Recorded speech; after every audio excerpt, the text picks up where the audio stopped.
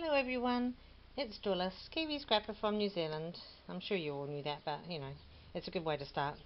I'm here to talk about a challenge, and the challenge is for, the challenge is for Ruth Burr, and it's a 100 Subbie challenge.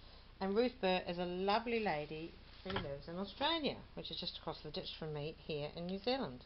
That's the expression we use, just across the ditch. It's actually 3 hours flight from Auckland to Sydney, so it's a big ditch.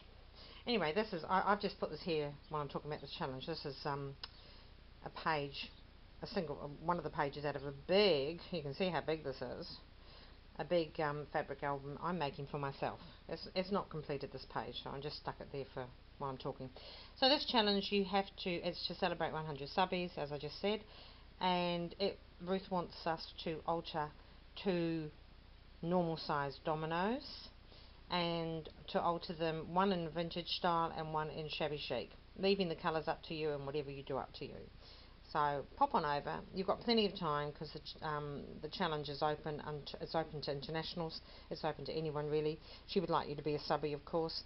But if you're a new subbie or you're a private subbie, you can still contact her and you can enter that. So yeah, that's a fun challenge. I'd never altered a domino before, so that was the challenge for me. And I couldn't find any to alter, so I had to buy a brand new tin, which was $9.95. And but you know, I loved altering it. I loved it, and I'll be doing lots more. So this is my vintage one, and because it's so small, it's going to be a bit hard to go way down there. So I'm going to hold it in my hand. When I showed this to my husband, he could not believe this was a domino. I had to show him the back to prove it. He was like, "That cannot be a domino." Anyway, that is the back. It's painted because they were in green, yellow and red spots, and it was shiny. And I had to put this little bit of cream satin ribbon around at the last minute. I didn't want to, but I had to hide the glue, because that's just a chill backing.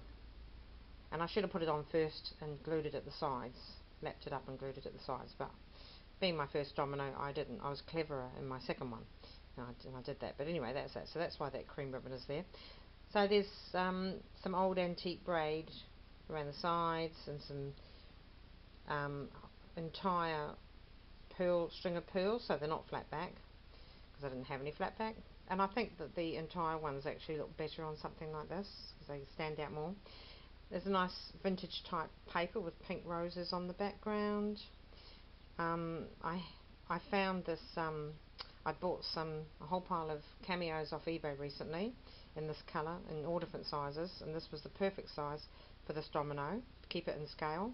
So I stuck that onto a metal piece I had for cameos, which was good size, and then I put flat back 4mm mocha pearls all the way around there, glued them into the little things that were sticking out, and it came out looking really good. I thought it looked like a lovely old Victorian brooch. Then there's this piece of trim here, which is off it's tea stained. It was off a great big stark white trim, so I tea stained a piece and cut that bit out. And these are 3 wild orchid craft roses. There's a little bit of crochet lace up there with another wild orchid craft. And I thought, what do you do with a domino? Do you lay it flat? Do you look at it? And I thought it looked lovely hanging on the wall, on Ruth's wall. So I popped a organza hanger on that. So that's my first one.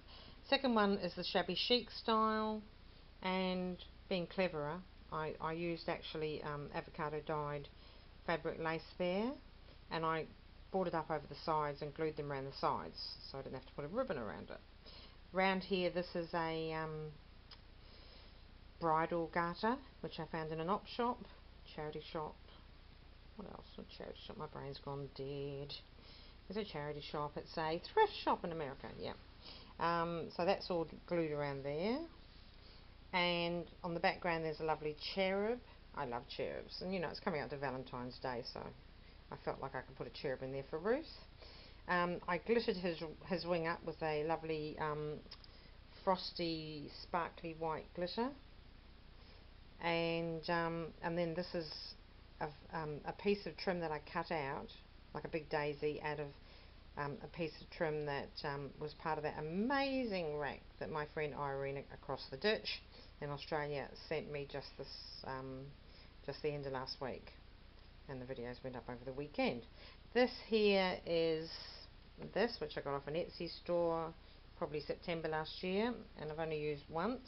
It was too big for this, it would have been totally out of scale, so I cut it down, and there it is, just in a good size there. And I popped in a Wild Orchid Craft, which is the same as that one. Popped in a couple of tails of organza and a couple of these lovely beads here, which I found in a op shop for $2, and I found them in turquoise as well, so that was good.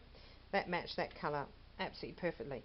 I couldn't find a pink in my drawer to match the colour of this, and then I found these beads, so that was absolutely perfectly.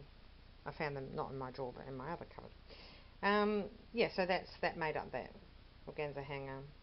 That's that. So there you go, Ruth. That's my shabby chic one and my vintage one.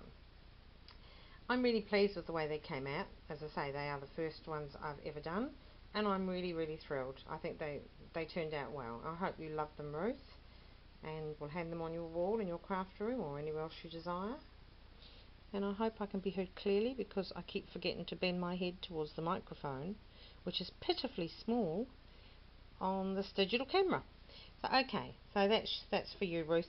Pop on over, people, to Ruth's 100 Subbie Challenge video. Check it out. Join in the fun. You know, make new friends. That's what this crafting community is all about. Okay, I'm saying goodbye. See you later. Bye.